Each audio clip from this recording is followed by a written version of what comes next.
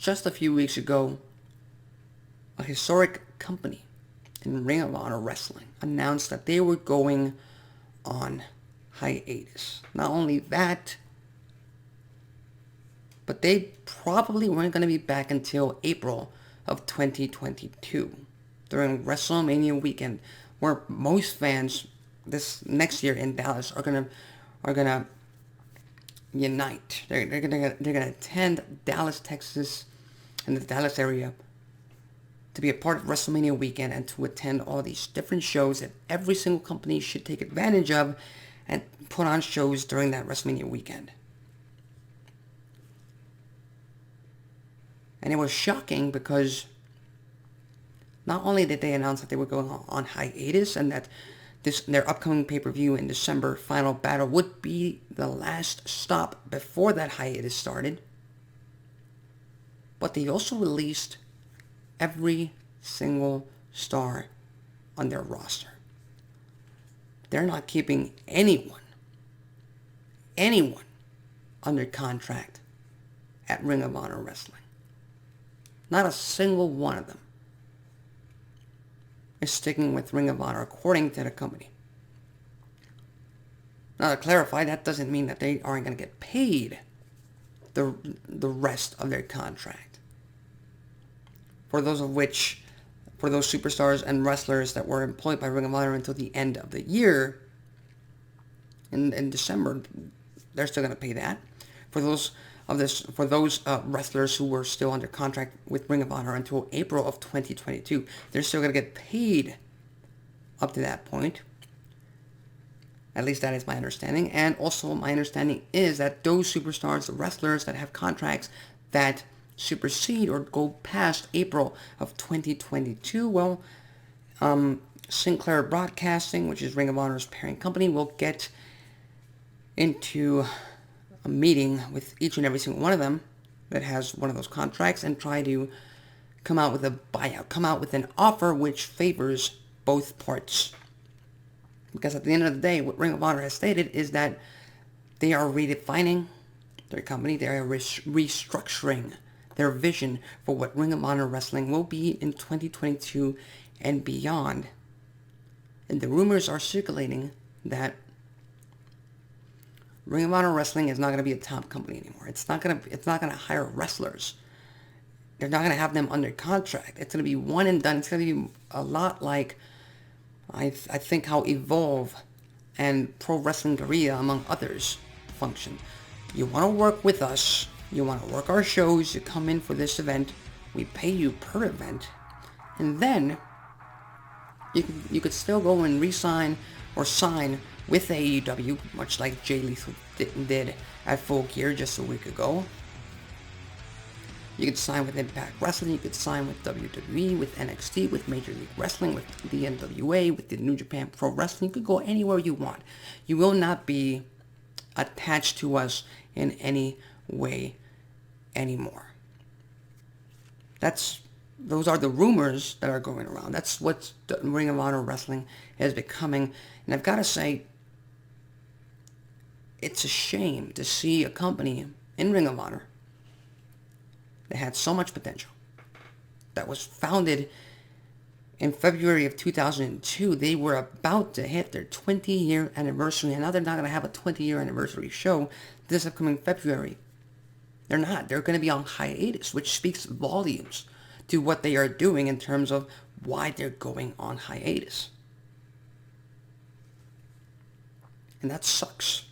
That really stinks because, like I said, I've said this in the past and I'll continue to say it until the day I no longer breathe, because I am a wrestling fan first and foremost. I do not care about the branding.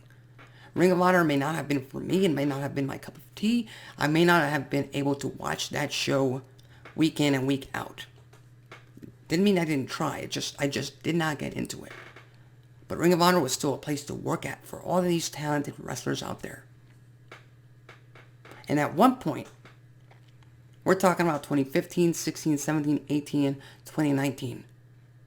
Ring of Honor Wrestling was the number 2 wrestling company in North America. In conjunction with New Japan Pro Wrestling, they sold out Madison Square Garden. All In does not happen without Ring of Honor Wrestling. It just does not happen without them. And now, if you ask me, if Ring of Honor Wrestling does disappear, if they do go out of business, it is simply and plainly because they did not want to take full advantage of what they had back in 2018. Sinclair Broadcasting did not want to inject any more funds, any more money into the company back in 2018. They did not want to put their branding. They did not want it to be Ring of Honor Wrestling presents All In. And they did not cough up the money and the offers that they should have to Cody Rhodes and the Young Bucks at that time in August and September of 2018, or even December of 2018, when their contracts were up, to keep them on board, and Ring of Honor Wrestling might still be in a better place. A lot of them going on hiatus has to do with the fact that the pandemic happened, and therefore they went 18 months without running a live event, without selling any tickets, and yet they were still paying their contracted stars. So kudos on them for that. Kudos to Sinclair for doing just that. But as you can see, that's just not enough. They didn't make it. And now, Ring of Honor Wrestling, pretty much what it used to be, is now going on sale for scraps. Their stars, or the stars that they had under contract, are now free agents. And later on in a future show, I'll go into, hopefully most of them find other homes in other companies. I have some preferences, but number one, I just want to say Jay Lethal, fantastic pickup by AEW. Now, I would have preferred him to go to Impact Wrestling, but that's just me. Their tape library is on sale now, as far as I know, as far as the dirt sheets are talking about.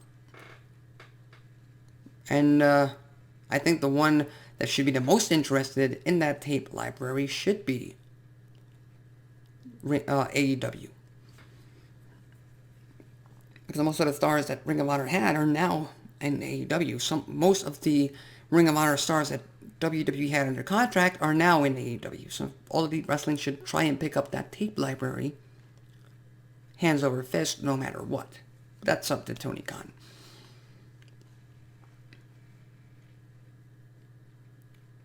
And all I've got to say is Ring of Honor Wrestling botched that.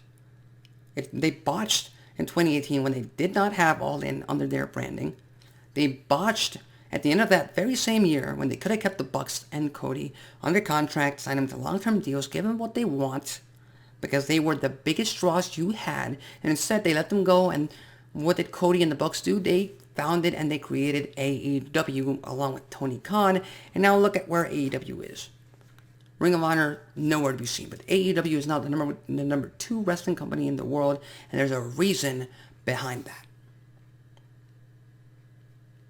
And number 3, unfortunately, the pandemic hit, and that affected everyone's pockets. That affected everybody involved. And now it appears Ring of Honor Wrestling is, or at least the version that we all know and love of Ring of Honor Wrestling is dead as we know it, and they're going to go back to being an independent wrestling company, much like how they were, or maybe even worse, to where they were before Sinclair Broadcasting picked them up. But as far as I'm concerned, I want to ask you, the wrestling fan, what do you think is going to become of Ring of Honor in the next year? What do you think is going to happen at Final Battle? I personally think Jonathan Gresham is going to close out this era of Ring of Honor Wrestling as their world champion. I think that should be the best move possible for that incarnation of Ring of Honor Wrestling.